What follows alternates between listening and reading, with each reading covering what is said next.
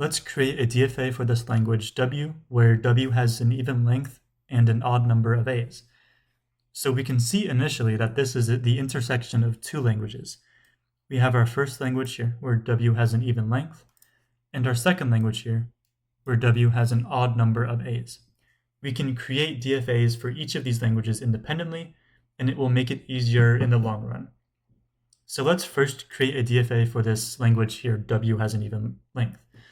So we're going to start with our initial state, as we always do, and then we're going to have a transition. So this means when we have an input string, let's say we have an input string of A, B, B, we're going to feed this into our program, one letter by one letter. So we're going to start by feeding it into A, and it's going to go somewhere. But we need to indicate where it's going. So let's say we have a transition on A. That means when we feed an A into our program, it goes to somewhere, this somewhere most likely being another state. Let's call this state 2.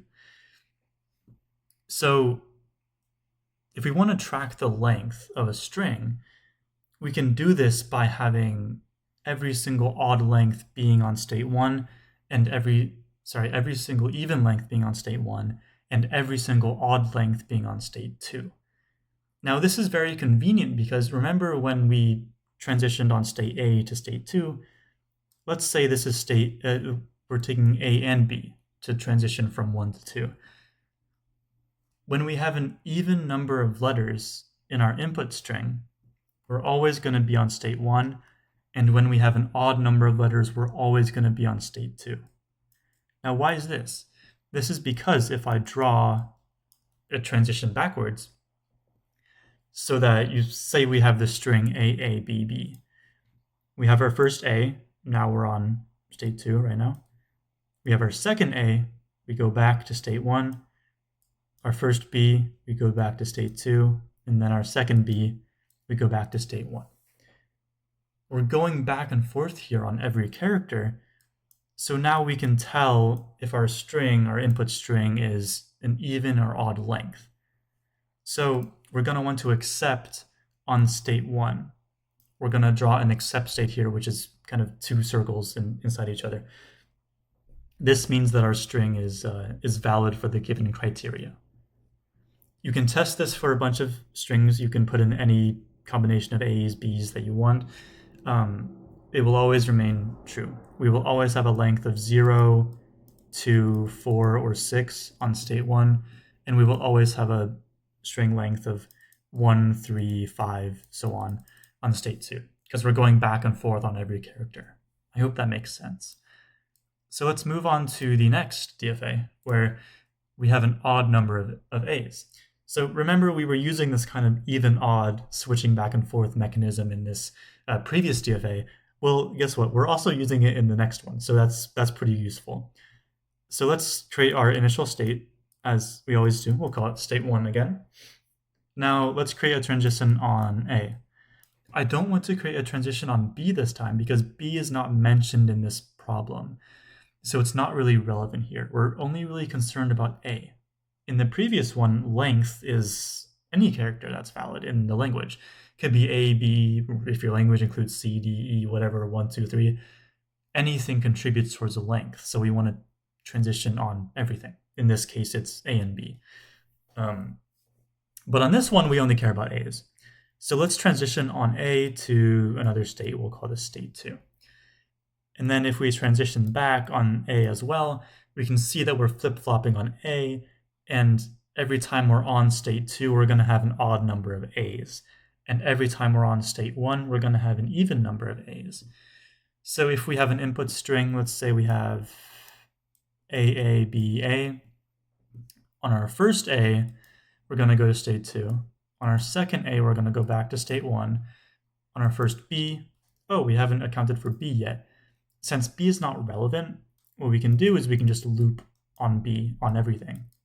On every state, we just loop on B, which means that we just stay in place. We don't go anywhere, which is what we want. We don't want B to mess anything up here. It's not relevant. Anyways, so B, on our B, we don't do anything. We just stay in place. Then on A, we go to the next state, so now we're at state 2. Now, what does this mean? Remember, we said that state 2, if we're on it, it means we have an odd number of A's. And guess what? We have an odd number of A's here. Do you see what's happening? It's very similar to what we were doing before in this first DFA we created in this video, except we're only tracking A's now. I hope that makes sense. And the except state we can list as being state number 2, because every time we have an odd number of A's, it's going to be on state 2. Okay, so now let's create a combined DFA from both of these languages. Something to note before we begin is that the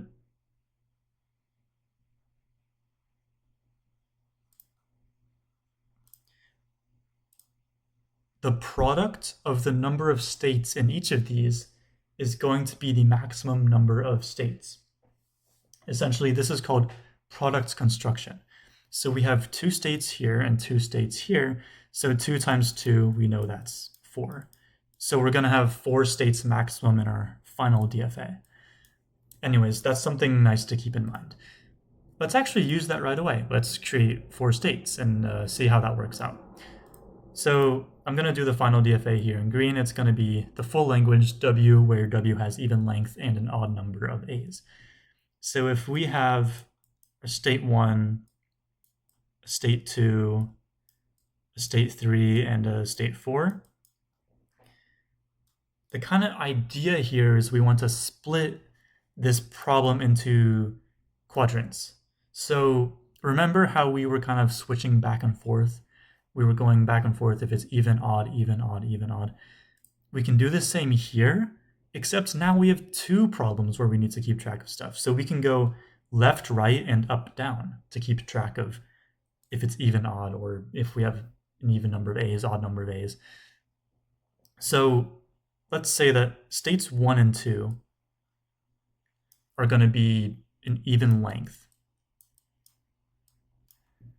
And then states 3 and 4 are going to be an odd length. I should do this in red. One sec. That would make a lot more sense. So this lines up with this DFA. So we have an even length. If we're on states 1 and 2, that means our string has an even length. If we're on states 3 and 4, that means we have an odd length. Now we can go, remember, we can go up and down for the other DFA here. So let's create our our quadrants here. Now we have an even number of A's on states 1 and 3, and then we have an odd number of A's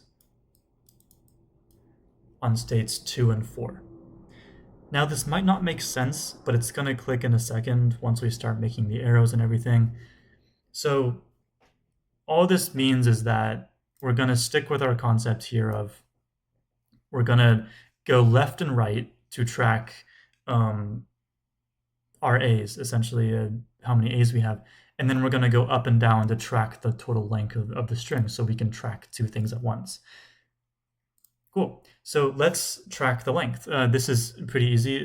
We just go up and down, essentially. Let's say we're going up and down on both A and B.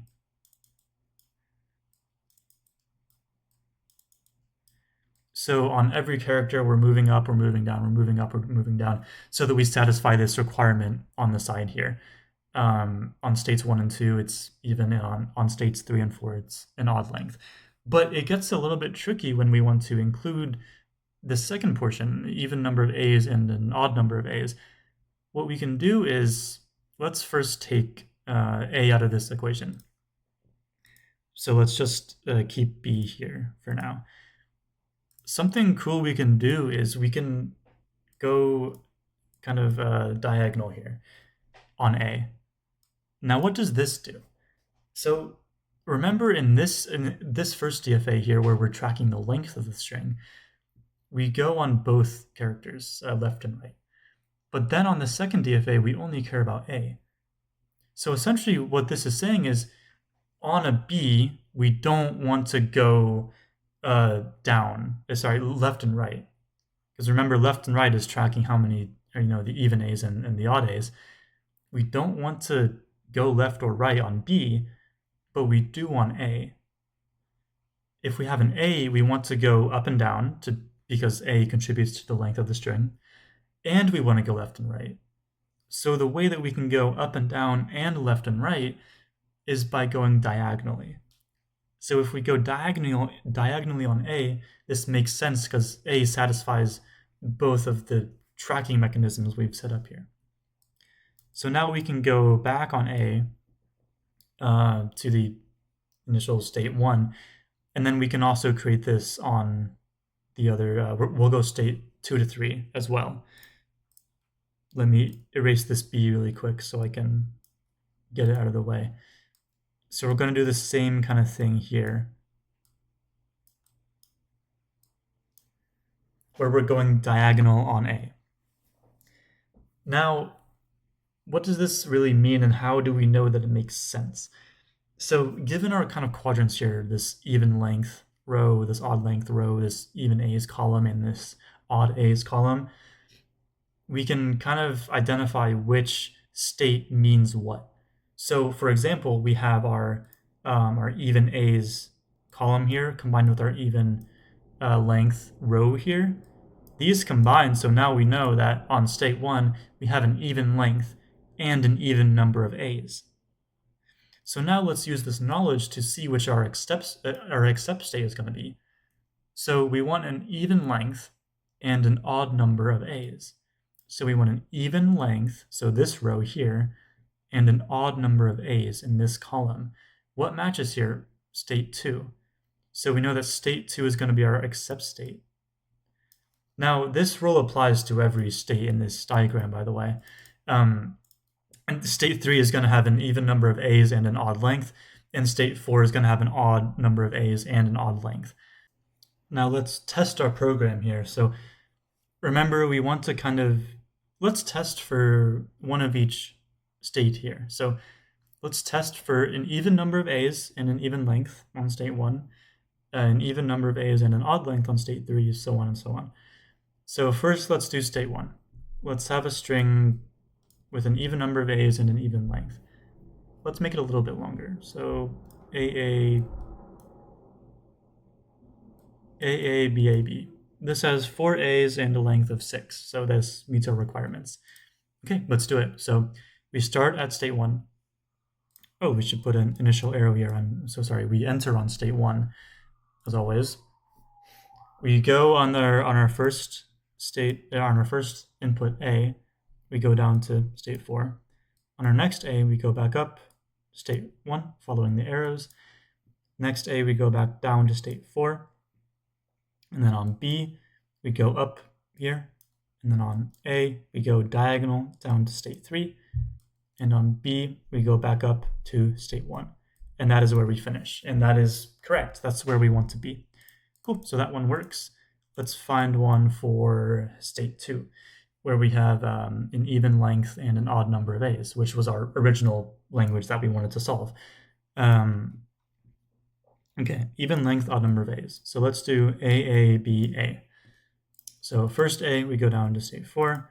Second A, we go back up to state 1. First B, we go down to state 3. Last A, we go up to state 2.